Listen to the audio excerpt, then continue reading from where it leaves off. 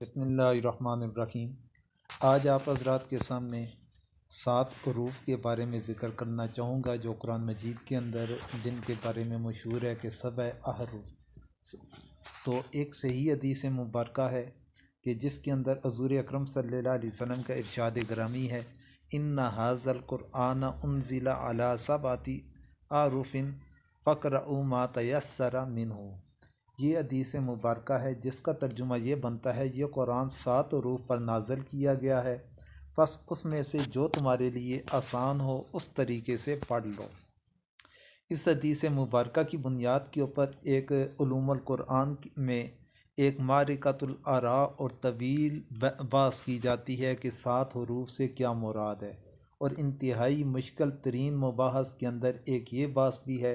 तो इसलिए मैं कोशिश करूँगा कि इंतहाई इख्तिसार के साथ और जो चंद ज़रूरी बातें हैं वो सिर्फ़ आपके पेश खिदमत कर ली जाएं, क्योंकि जितना इसकी बास के अंदर इंसान जाने की कोशिश करेगा उतनी ये बास मुश्किल से मुश्किल तर होती जाएगी। तो इसलिए इंतहाई इख्तिसार के साथ आपके गोशा गुजार करना चाहूँगा। अब सबसे पहली बात तो इसके अंदर समझने की ये है कि इस हदीस मुबारक के रावी एक या दो रावी नहीं, बल्कि ये मतवातर तक इसका दर्जा पहुँचता है। तो इसलिए इस हदीस मुबारक के ऊपर कोई एतराज़ भी इंसान नहीं कर सकता कि ये एतराज़ शायद ज़ईफ़ हो, गरीब हो या किसी भी और दर्जे के अंदर हो, क्योंकि मतवातर के दर्जे के अंदर है और इसको रावी करने वालों की कसीर तादाद सहाबा किराम की मौजूद है, जो आपको ये स्क्रीन के ऊपर सामने नज़र आ रहे हैं। इतनी कसीर तादाद के अंदर होने पर फिर इंसान इस हदीस मुबारक के ऊपर इतराज़ किसी भी सूरत के अंदर नहीं कर सकता। अब ये बात तो पक्की है कि कुरान करीम 7 हरूफ के ऊपर नाज़िल किया गया, तो अब सब हरूफ सबा का क्या मफ़हूम है, 7 हरूफ पर कुरान मजीद के नाज़िल होने से क्या मुराद है। तो इसके ऊपर मुख्तलिफ़ अक़वाल हैं, तो काफ़ी तादाद के अंदर अक़वाल हैं।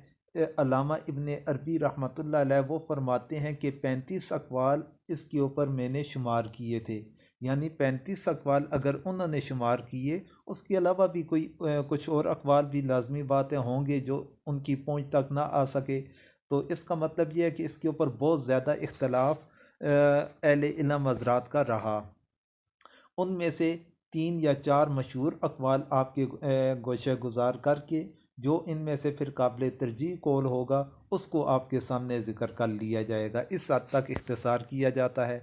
पहला कौल तो ये है कि बाज़ हज़रात ये समझते हैं कि इससे मुराद 7 मशहूर कारियों की किरातें हैं, लेकिन ये ख्याल तो बिल्कुल गलत और बातिल है, क्योंकि कुरान करीम की मुतवातर करातें इन 7 कारियों में मुनसर नहीं, बल्कि वो और भी मुतअद्दिद करातें तवातर के साथ साबित हैं। 7 किरातें तो महज इसलिए मशहूर हो गई कि अल्लामा इब्न मुजाहिद ने एक किताब में उन 7 मशहूर कुरा की किरातें जमा कर दी थी। उनका ये मकसद ना था कि सिर्फ 7 ही किरातें हैं, बल्कि इसके अलावा और भी किरातें मौजूद हैं जो तवातर के साथ साबित हैं।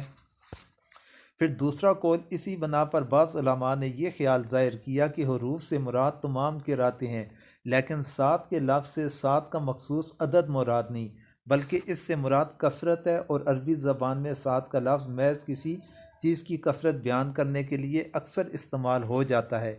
यहाँ भी हदीस का मकसद ये नहीं कि कुरान करीम में जिन हरूफ पर नाजिल हुआ वो मखसूस तौर पर 7 ही हों, बल्कि मकसद ये है कि कुरान करीम बहुत से तरीक़ों से नाजिल हुआ।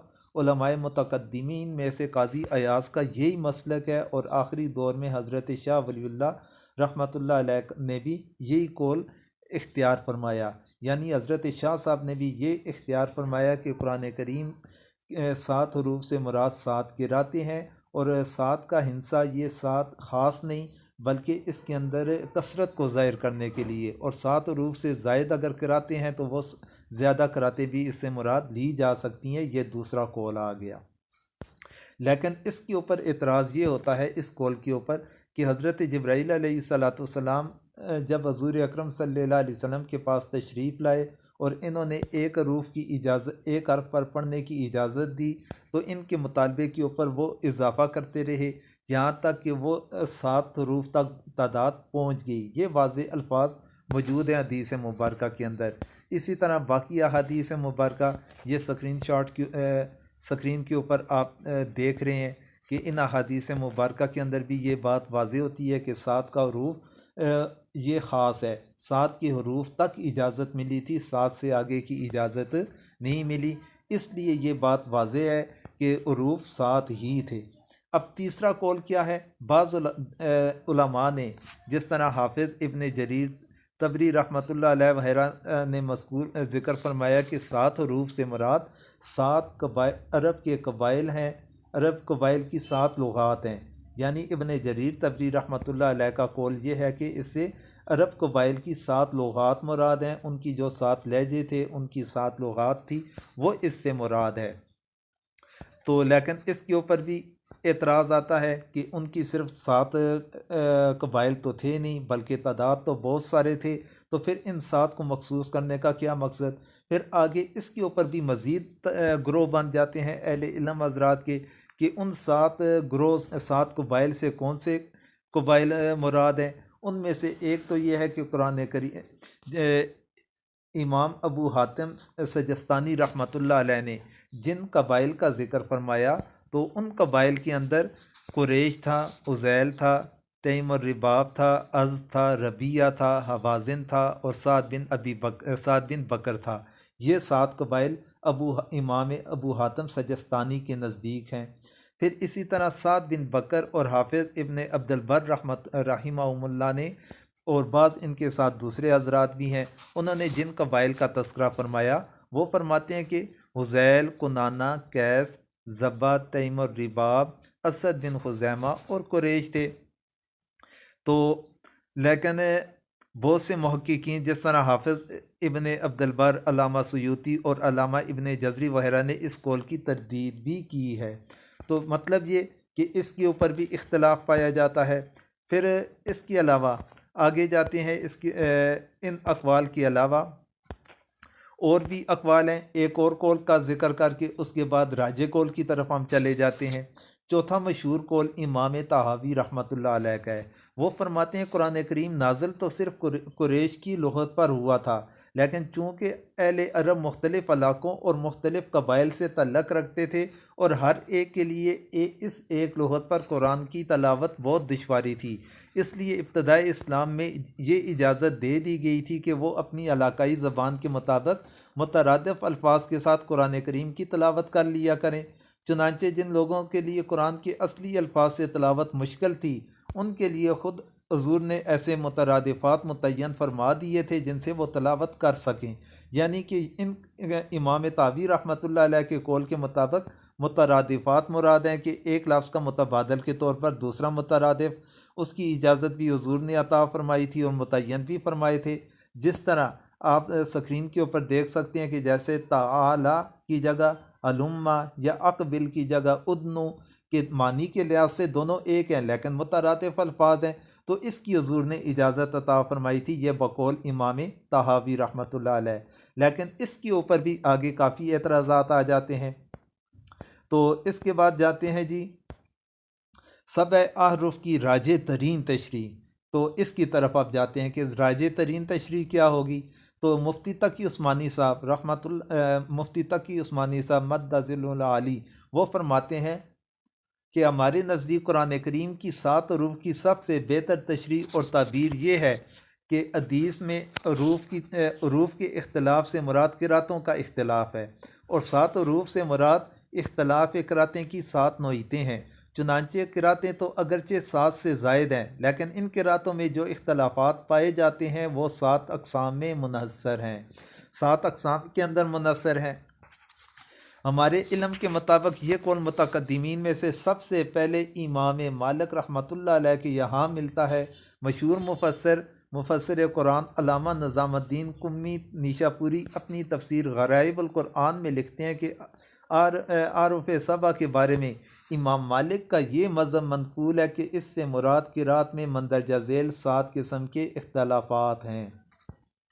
कौन से इख्तलाफात हैं, इन्हें अपने जहन के अंदर रखना है, इंटरव्यू के लिहाज से लाजमी बात भी है। नंबर एक, मुफरद और जमा का इख्तलाफ कि एक क़िरात में लफ्ज़ मुफरद आया और दूसरी में सीखा जमा का, मसलन वतम्मत कलिमातु रब्बिक, और इसी तरह दूसरी क़िरात के अंदर कलिमातु रब्बिक। तो अब एक वाहिद का लफ्ज़ है कलिमातुन, ये वाहिद है, आगे कलिमातु ये जमा का सीखा है, एक रात में वाहिद है दूसरी में जमा है। इसी तरह तस्कीर और तानीस का इख्तलाफ यानी मुज़क्कर और मुअन्नस का इख्तलाफ कि ला युक़बलु और दूसरी क़िरात के अंदर है ला तुक़बलु, एक मुज़क्कर का है जबकि दूसरा मुअन्नस का बन रहा है। इसी तरह वजूह इराब का इख्तलाफ कि ज़ेर ज़बर वगैरह बदल जाएं, इनका इख्तलाफ जैसे हल मिन खालिकिन गैरुल्लाही या गैरिल्लाही, रा के ऊपर गैरुल्लाही, रा के ऊपर एक में ज़म्मा है और दूसरे में कसरा है। इसी तरह सरफ़ी हियत का इख्तलाफ जैसे या रिशूना या युअर रिशूना, रा एक जगह पर मकसूर है और दूसरी जगह पर मुशद्दद है। फिर इसी तरह पाँचवें नंबर पर अदावात यानी उरूफ़ नव्या का इख्तलाफ जैसे लाकिन शयातीना और लाकिन शयातीन। इसी तरह लफ्ज़ का ऐसा इख्तलाफ जिससे उरूफ़ बदल जाएं जैसे तालमूना या अलमूना, नुन शिजुहा या नन शुरूहा, ये लफ्ज़ का इख्तलाफ आ गया। फिर आगे लहजों का इख्तलाफ जैसे तख़फ़ीफ़ है, तफ़हीम है, अमाला है, मद है, कसर है, इजहार है, इदहाम है, वगैरह वगैरह। फिर यही कौल अल्लामा इब्ने कुतैबा, इमाम अबू अल-फ़ज़ल राज़ी, काजी अबू बकर बिन तैयब बाकुलानी और मुहक्किक इब्ने जज़री रहिमहुमुल्लाह ने इख्तियार फरमाया। तो ये राजे तरीन कौल है। अब इसके तरजीह देने की क्या वजह है? तो अच्छा जी, इसके साथ साथ बाज़ हज़रात के अक़वाल के अंदर कि क़िरात के अंदर जो नोयतें थी तो उसके अंदर थोड़ा सा इख्तलाफ भी है। जैसे कि बाज़ ने ये 7 अक़साम का ज़िक्र फरमाया और ये ज़िक्र करने वाले कौन है? इमाम अबू अल-फ़ज़ल राज़ी रहमतुल्लाह अलैह। वो फरमाते हैं कि क़िरात का इख्तलाफ 7 अक़साम में मुनस्सर है। और कौन सा है? अस्मा का इख्तलाफ है जिसमें अफ़राद तस्निया जमा यानी वाय तस्निया जमा मुज़क्कर मुअन्नस दोनों का इख्तलाफ दाखिल है। इसकी मिसाल तम्मत कलिमातु रब्बिक जो एक क़िरात में और दूसरा तम्मत कलिमातु रब्बिक। अफ़ाल का इख्तलाफ कि किसी क़िरात में सीगा माजी का हो और किसी में मुज़ारे का, किसी में अमर का, फिर उसकी मिसाल दी गई। फिर तीसरे नंबर पर वजूह एराब का इख्तलाफ है यानी कि हरकत का इख्तलाफ आ जाना, फिर वो आगे मिसाल दे दी गई। अल्फाज की कमी बेशी का इख्तलाफ कि एक क़िरात में कोई लफ्ज़ कम है और दूसरी में ज़्यादा है। मसलन एक क़िरात के अंदर वमा खलक़ ज़करा वल उन्सा और दूसरी में वज़्ज़करा वल उन्सा, तो इसमें वमा खलक़ का लफ्ज़ नहीं है, तो ये इख्तलाफ आ गया। तक़दीम और ताख़ीर का इख्तलाफ कि एक को मुक़द्दम कर लिया, एक में दूसरे के अंदर मुअख़्ख़र कर दिया, तो उसकी आगे मिसाल दे दी गई वजाअत सकरतुल मौत वाली। फिर इसी तरह छठे नंबर पर बदलियत का इख्तलाफ कि एक क़िरात में एक लफ्ज़ है और दूसरी क़िरात में इसकी जगह दूसरा लफ्ज़ है, तो इसकी आगे मिसालें दे दी गई। और सातवें नंबर पर लहजों का इख्तलाफ जिसमें तफ़हीम, तरकीम, अमाला, कसर वगैरह ये चीज़ें आती हैं। तो ये था काबिल तरजीह एक कौल। इस कौल की वजूह तरजीह यानी इसे तरजीह देने की वजह क्या है? तो इसके ऊपर फरमाते हैं कि सबअ आरुफ की तशरीह में जितने अक़वाल हदीस, तफसीर और उलूमुल कुरान की किताबों में बयान हुए, हमारे नज़दीक उन सब में ये कौल के 7 हरूफ से मुराद इख्तलाफ क़िरात की 7 नोयतें हैं। सबसे ज़्यादा राजे काबिल एतमाद और इत्मीनान बख्श है कि इसकी मंदरजा झेल वजूह हैं। इस कौल के मुताबिक हरूफ और क़िरात को 2 अलग अलग चीज़ें करार देना नहीं पड़ता, यानी क़िरात का इख्तलाफ अलहदा माना जाए, हरूफ का इख्तलाफ अलहदा माना जाए, ये नहीं मानना पड़ता, बल्कि एक ही तस्वर किया जाएगा। अल्लामा इब्ने जरीर और इमाम तावी के अक़वाल में एक मुश्तरक उलझन ये है कि इनमें यह तस्लीम करना पड़ता है कि कुरान करीम की तिलावत में 2 किस्म के इख्तलाफात थे, एक हरूफ का इख्तलाफ और दूसरा क़िरात का इख्तलाफ। हरूफ का इख्तलाफ अब ख़त्म हो गया और क़िरात का इख्तलाफ बाकी है। हालांकि अहादीस के इतने बड़े ज़ख़ीरा में कोई एक ज़हीफ़ हदीस भी ऐसी नहीं मिलती जिससे ये साबित हो कि हरूफ और क़िरात 2 अलग अलग चीज़ें हैं। अहादीस में सिर्फ़ हरूफ के इख्तलाफ का ज़िक्र मिलता है और इसी के लिए कसरत से क़िरात का लफ्ज़ इस्तेमाल किया गया। अगर क़िरात और हरूफ से अलग अलग होती तो किसी न किसी हदीस में उनकी तरफ कोई इशारा तो होना चाहिए था। आखिर क्या वजह है कि हरूफ के इख्तलाफ की अहादीस तो तकरीबन तवातर तक पहुँचती हैं और किरात के जुदागाना इख्तलाफ का जिक्र किसी एक हदीस के अंदर भी नहीं। महज अपनी कियास से ये कह देना क्यों कर मुमकिन है कि इख्तलाफ हरूफ के अलावा कुरान करीम के अल्फाज में एक दूसरी किस्म का इख्तलाफ भी था। मज़कूरा बाला अक़वाल में ये उलझन बिल्कुल रफ़ा हो जाती है, इसलिए हरूफ और किरात को एक ही चीज़ करार दिया गया। नंबर 2, अल्लामा इब्ने जरीर के कौल पर यह मानना पड़ता है कि 7 हरूफ में से 6 हरूफ मनसूख या मतरूक हो गए और सिर्फ एक हर्फ कुरैश बाकी रह गया। और इस नज़रिए की बातें हम आगे तफसील के साथ इस किताब के अंदर मज़कूर हैं, हम यहाँ पर इक्तफ़ा करते हैं।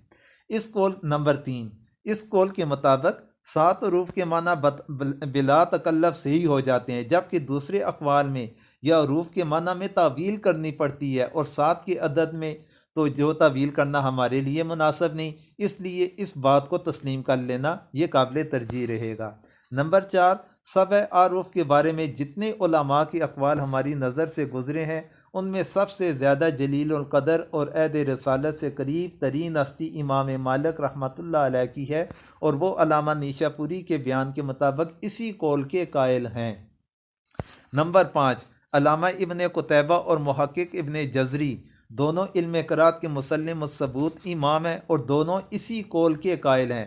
और मौखिर ज़िक्र यानी मुहक्किक इब्ने जज़री रहमतुल्लाह अलैह, उनका कौल पहले भी गुजर चुका। उन्होंने 30 साल से ज़ायद इस हदीस पर गौर करने के बाद इस कौल को इख्तियार किया।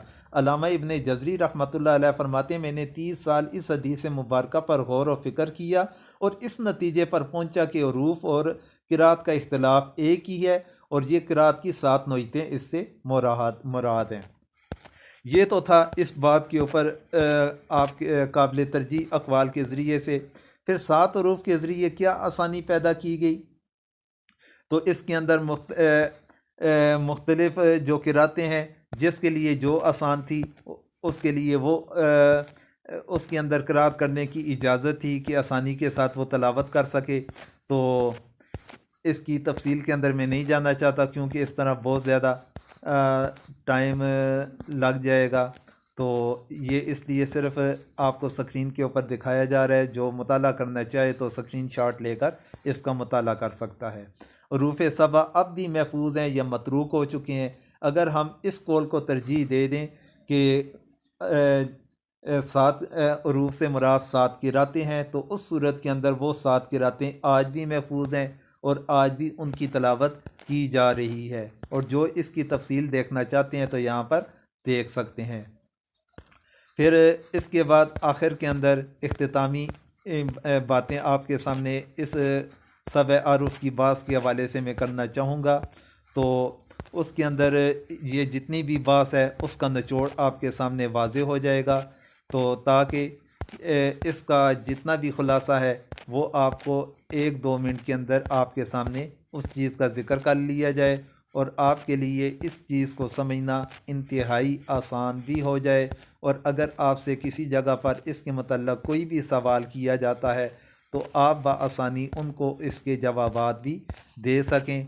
तो इस लिहाज से आपके सामने इख्तितामी गुफ्तगू का आगाज़ आपके सामने किया जाएगा, तो उसी की तरफ आगे बढ़ने की कोशिश कर रहे हैं कि उस बात पर आपके सामने ज़िक्र कर लिया जाए ताकि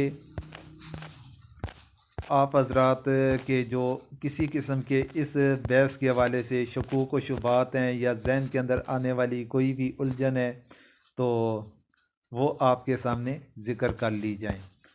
तो यहाँ पर हज़रत अब्दुल्ला बिन अब्बास मसूद रज़ी अल्लाह ताला अन्हु और उनके सहीफ़े के ऊपर भी बात की गई है, लेकिन उसके ऊपर भी हम तशरीह नहीं करते। तो जिन्होंने ये देखना है तो वो असल किताब की तरफ रुजू कर सकते हैं। इख्तितामी नताइज हरूफ सबा की ये बहस अंदाज़े से ज़्यादा तवील होगी, इसलिए मुनासिब मालूम होता है कि इससे हासिल होने वाले नताइज का खुलासा आखिर में पेश कर दिया जाए। उम्मत की आसानी नंबर 1, उम्मत की आसानी की खातर हुज़ूर ने अल्लाह ताला से ये फरमाइश की कि कुरान करीम की तिलावत को सिर्फ़ एक ही तरीके पर मुनस्सर ना रखा जाए बल्कि उसे मुख्तलिफ़ तरीक़ों से पढ़ने की इजाज़त दी जाए। चुनांचे कुरान करीम 7 हरूफ पर नाजिल किया गया।